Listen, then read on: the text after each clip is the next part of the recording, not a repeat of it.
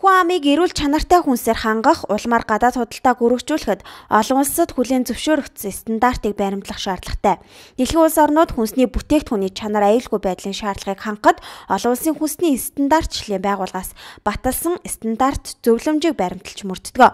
Манай улсын хувьд 1992 онд хүнсний хууль эрх зүйн хорооны, 1997 онд Дэлхийн худалдааны байгууллагын гишүүн болсон. Ингэснээр хүнсний хэрэглээний 70 гаруй хувийг импортоор авдаг манай улсын хувьд импортоор орж ирж байгаа хүнсний бүтээгдэхүүнд итгэх хэдгэл нэмэгдсэн гэдгийг албаны хүн хэллээ. Яг олон улсын хүнсний стандартууд. Энэ стандартуудыг бол үндэсний стандартаар батлаж нутагшуулснаар олон улсын худалдаанд оролцоход жишээл хүнсний бүтээгдэхүүнээ экспортлоход бид нар ямар нэгэн саа татвартай учрахгүй юм аа. Ягаад гэвэл олон улсын стандарт учраас дэлхийн худалдааны байгууллагын гишүүн улс орон бүр энэ стандартуудыг үйл ажиллагаанд нэвтрүүлнэ гэд хүлээн зөвшөөрчихсөн байдаг байгаа. Тэгээ тийм учраас энэ экспорт импортод маш их чухал ач холбогдолтой. Ялангуяа импортын Манай улс 2013 он хүртэл дээрх кодекс буюу олон улсын 150 стандартыг нутагшуулсан байдаг юм байна.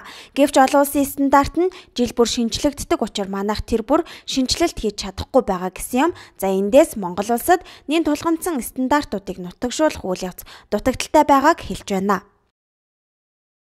Монгол улсад нэн шаардлагатай 50 стандартыг орчуулж батлуулах ажлыг зохион байгуулж байгаа.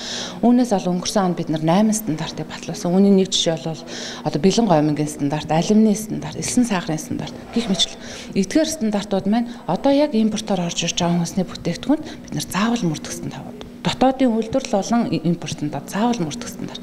Ингээд бид энэ олон улсын стандартыг мөрдөөд эхлэх юм бол мэдээж бид бүхэн импортын хүнсний бүтээгдэхүүндээ бас сэтгэл хангалуун байх боломжтой байна. Олон улсын хүнсний стандартыг мөрдснөөр гадаад худалдаанд чухал үүрэгтэйг албаны хүн хэллээ. Өөрөөр хэлбэл манай улс гадны орнуудад хүнсний бараа экспортлохдоо дээрх стандартын дагуу бэлдснээр тухайн улс ямар нэгэн зөрчил илэрхгүй гэж байлаа. Харин импортоор авч байгаа бүтээгдэхүүний эрүүл ахуйн чанар шаардлагад эргэлзэх зүйлгүй болно гэлээ.